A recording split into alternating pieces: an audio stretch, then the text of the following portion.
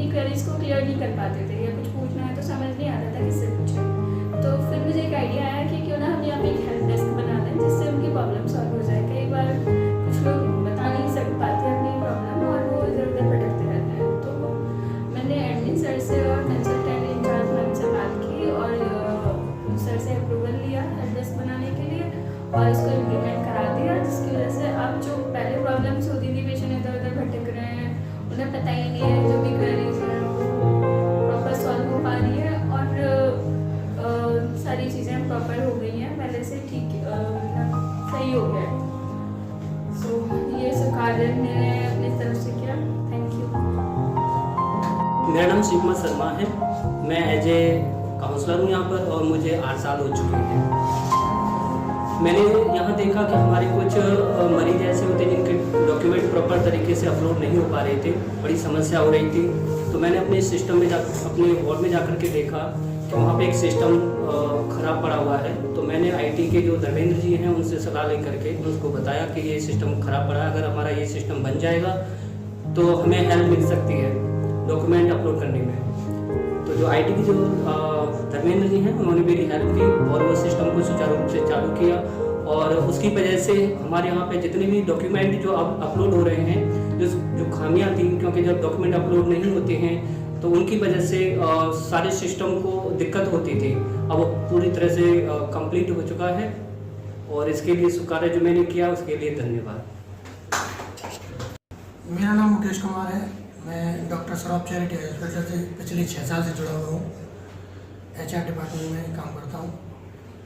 मैंने देखा कि बच्चों के जो COP हमारे यहाँ स्टूडेंट होते हैं उनके अकाउंट एक्सिस बैंक में खुले हुए थे, तो उनके कम स्टाइपेंड की वजह से उनके मंथली कुछ डिडक्शन हो जाते थे बैंक में। तो इसके लिए मैंने आइडिया निकाला कि हमको किसी उस बैंक को चूज करना पड़ेगा जो बैंक हमारे हॉस्पिटल से जुड़ी हुई हो और उसका लो स्टाइपेंड रखने का प्रोसीजर भी हो। तो IOB बैंक में मैंने जाके बात की, तो वहाँ के मैनेजर ने जो प्रोसेस बताया उसी के अकॉर्डिंग हमने अकाउंट खुलवाया। COP कोर्स वाले जो बच्चे हैं उनके लिए। अब आगे के लिए उन बच्चों का जो लो कॉस्ट की वजह से अमाउंट डिडक्ट हो जाता था वो नहीं होता है और ये कार्य पूरी तरह से कंप्लीट हो गया है।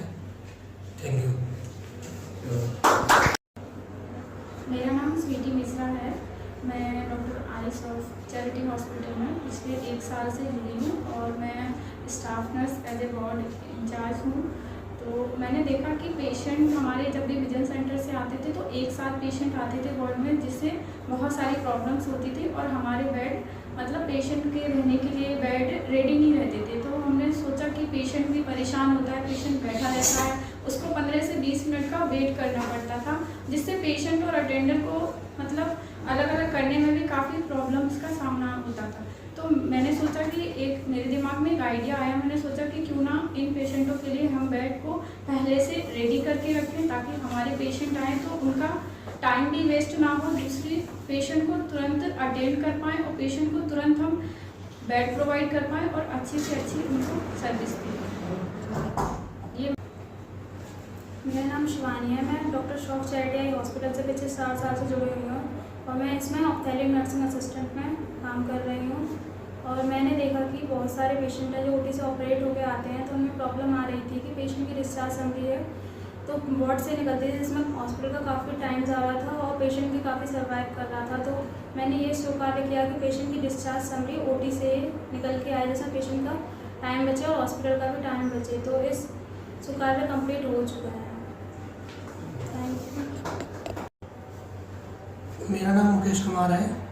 मैं डॉक्टर सौरभ चैरिटी हॉस्पिटल से पिछले 6 साल से जुड़ा हुआ हूँ। इस टाइम मैं HR डिपार्टमेंट में काम कर रहा हूँ। मैं जब OPD में गया तो पोस्ट ऑफ पेशेंट जब हो रहे थे तो मैंने देखा कि पोस्ट ऑफ पेशेंट की डिस्चार्ज समरी पर जो एनवलप होता है उस पर बेसिक डिटेल हर पेशेंट की मैनुअली लिखनी पड़ रही है स्टाफ को। तो मेरे दिमाग में आइडिया आया कि यदि ये बेसिक डिटेल प्रिंट आउट हो गया है वेंडर के पास से एनवलप पर, तो हमारा जो टाइम मैनुअली लिखने में खर्च हो रहा है प्लस पेशेंट का जो टाइम वेस्ट हो रहा है उस वजह से वो सब चीज़ रिजॉल्व हो जाएगी। तो फिर मैंने इस चीज़ को इम्प्लीमेंटेशन कराया और अब वो प्रिंट आउट होके ही आ रहा है, मैनुअली नहीं करना पड़ रहा है, बेसिक डिटेल प्रिंट आउट होकर ही आ रही है। तो इस चीज़ के लिए हमारे हॉस्पिटल को बहुत फ़ायदा मिल रहा है।